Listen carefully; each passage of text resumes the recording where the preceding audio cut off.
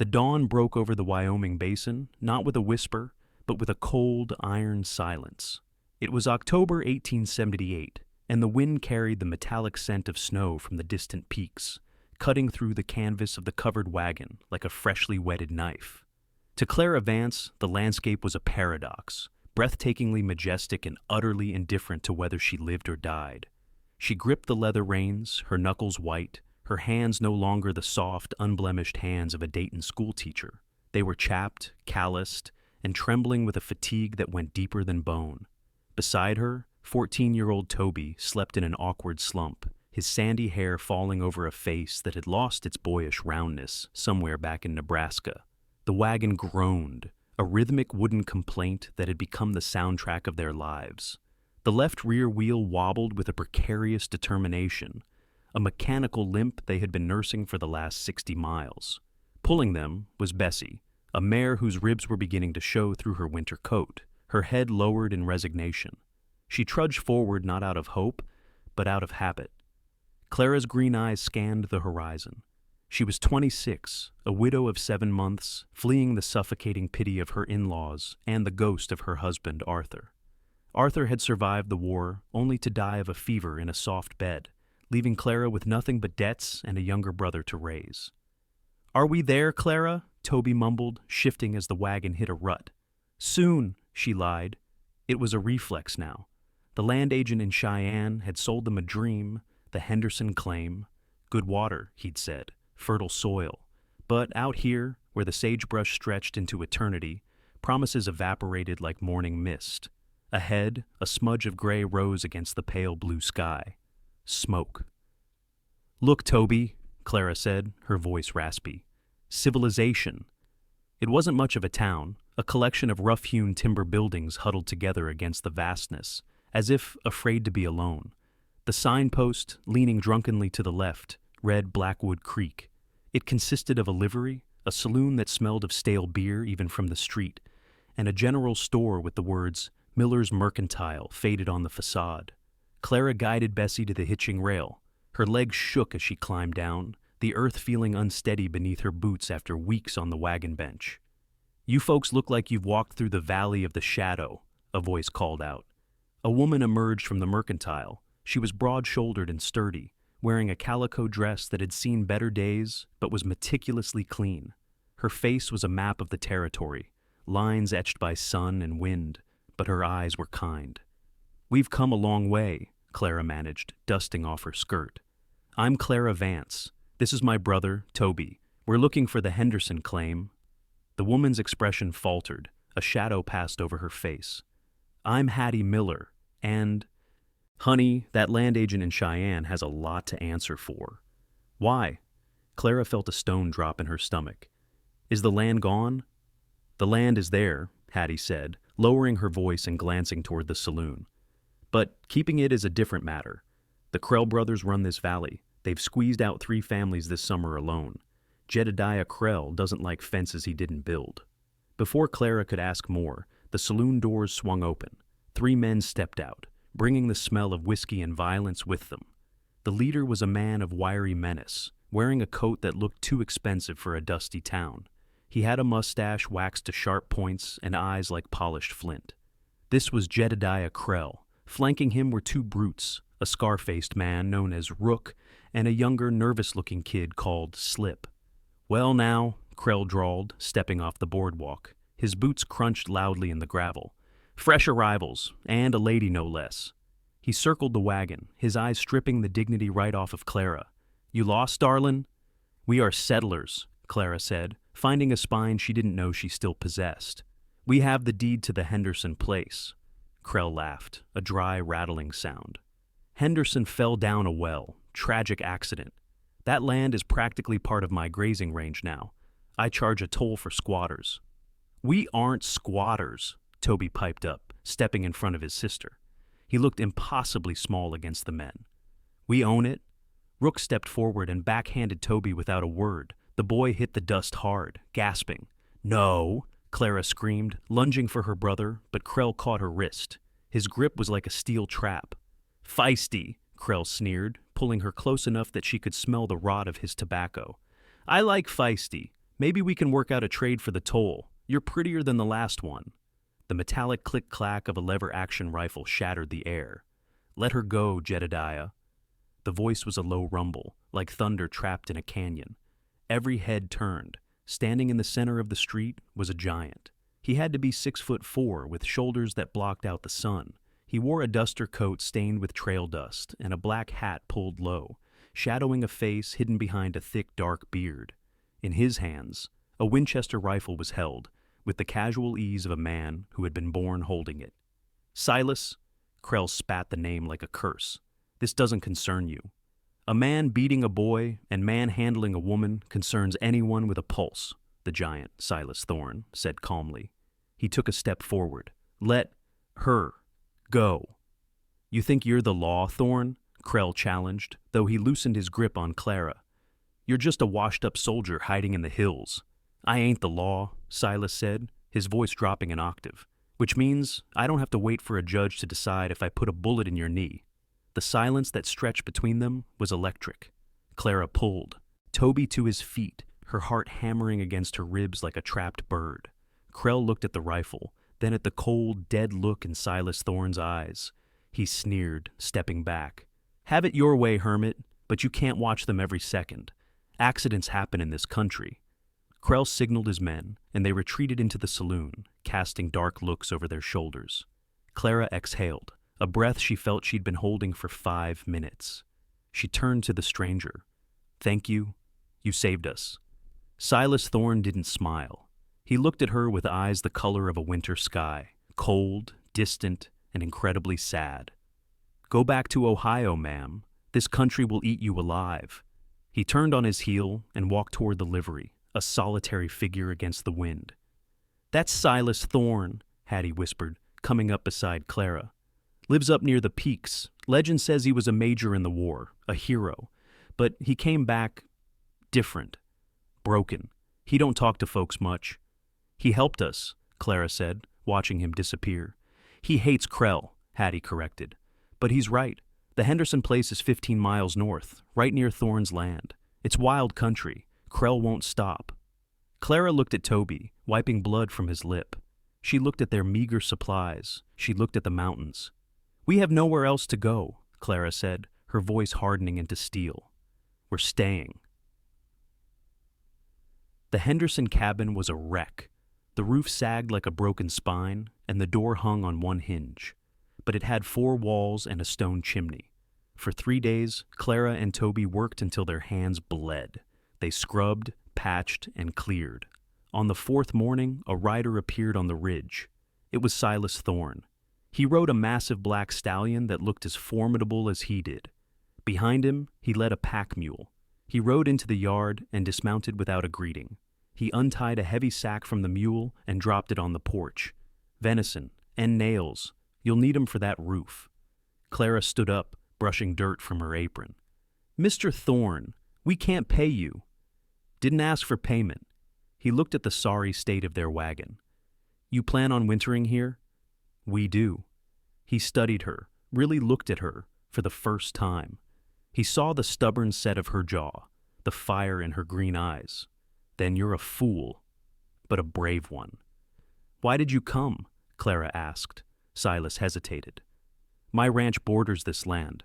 If Krell burns you out, the fire might spread to my timber." "Is that the only reason?"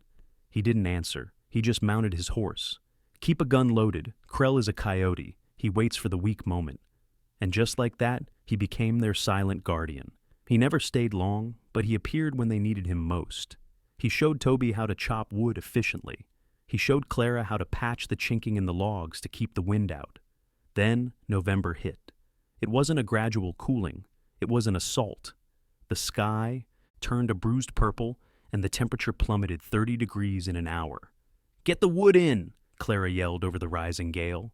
They were scrambling to haul logs when disaster struck.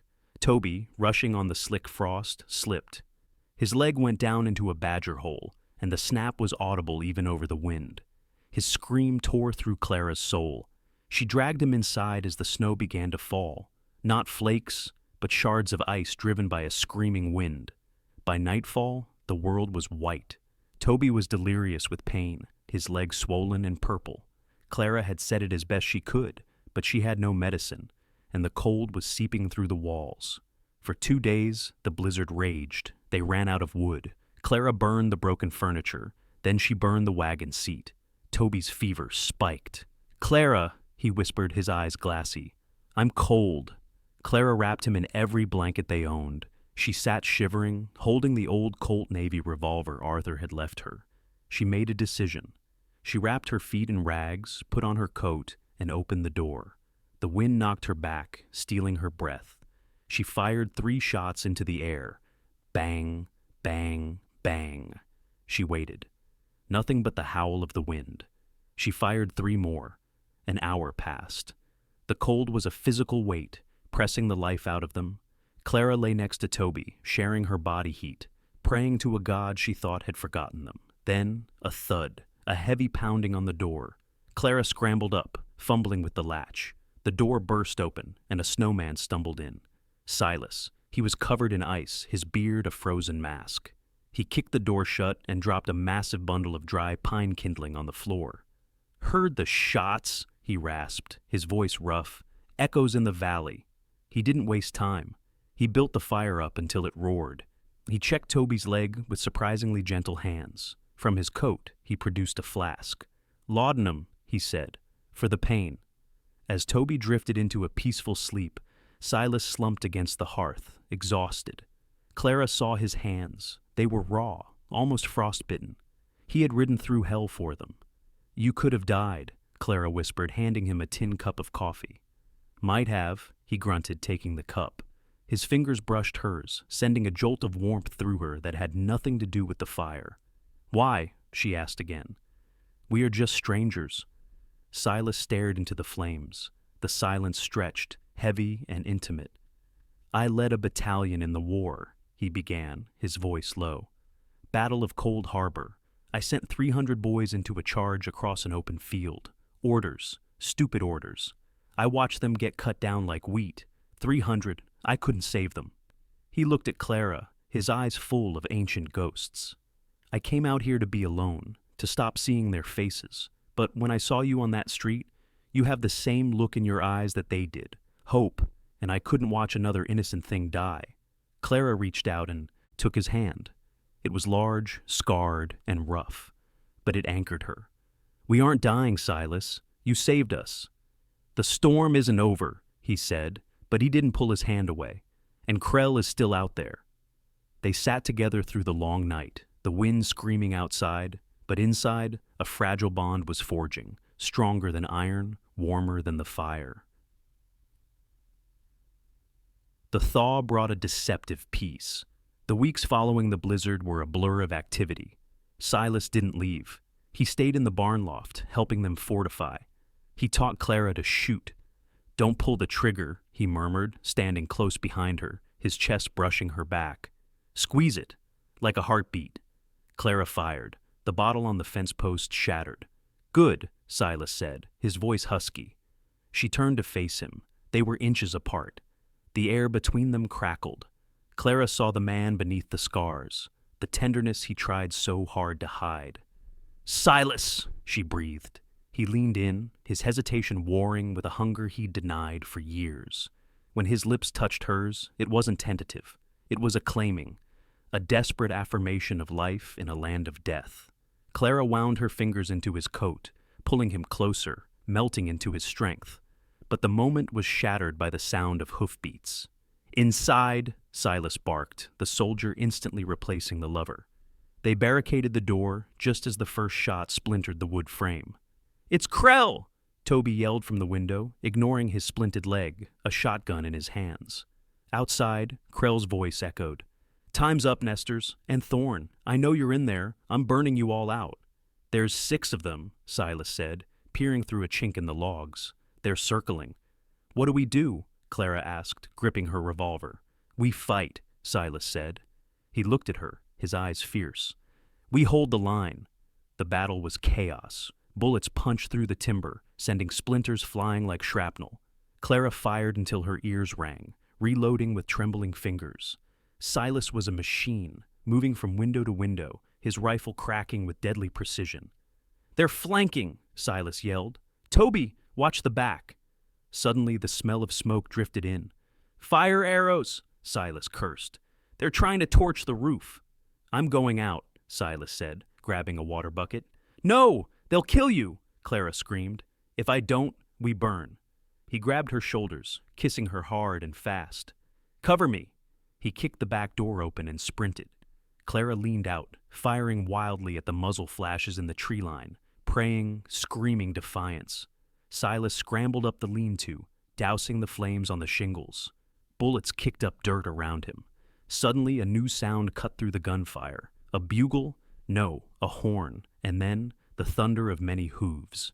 "Federal marshals!" a voice boomed. "Drop your weapons!" The shooting stopped instantly.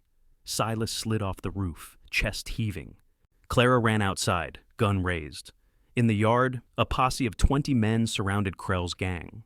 Leading them was a man with a silver star pinned to his vest, Marshal Jim Sterling, and beside him, Hattie Miller. "Told you I'd write to the governor," Hattie yelled, brandishing a shotgun of her own. "Took 'em long enough." Krell was dragged from his horse, his face a mask of fury. "This is my land. You can't touch me."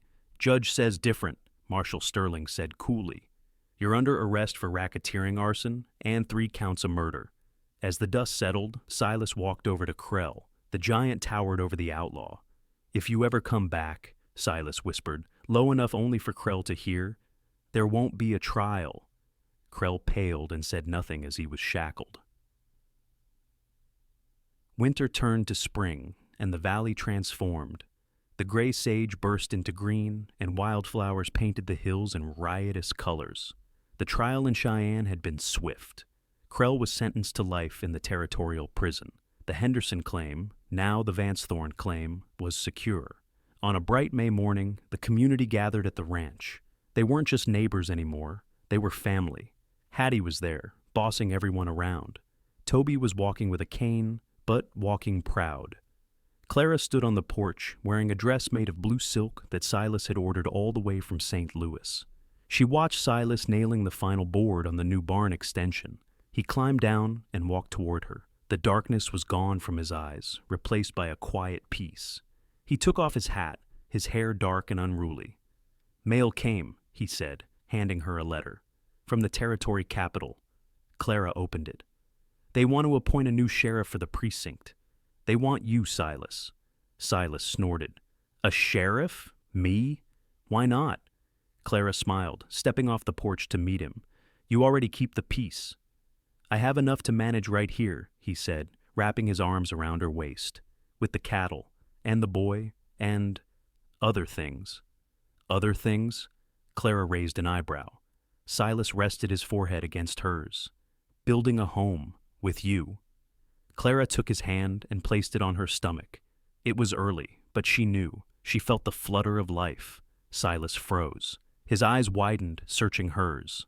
"Clara, we're going to need another room on the cabin, Silas," she whispered. The giant of a man, the soldier who had walked through hell and survived the ice, looked for a moment like he might fall over.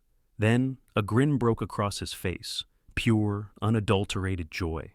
He lifted her off her feet, spinning her around as Toby and Hattie cheered from the barn. "A family," Silas murmured into her hair. "A real family." "Yes," Clara said, looking out over the valley, no longer gray and merciless, but golden and full of promise. "We made it, Silas. We're home. Thank you so much for reading this story. I put a lot of heart into reimagining Clara and Silas's journey, and I hope you felt the tension of the frontier and the warmth of their romance. Here is what you can do next. Drop a comment below. Which scene was your favorite? The blizzard rescue or the final standoff? I read every single comment. Subscribe to the channel. If you love Wild West romances, gritty survival stories, and happy endings, hit that subscribe button and the notification bell so you never miss a new story. Share the love. Send this story to a friend who needs a little romance and adventure in their day. Stay tuned for the next adventure on the frontier.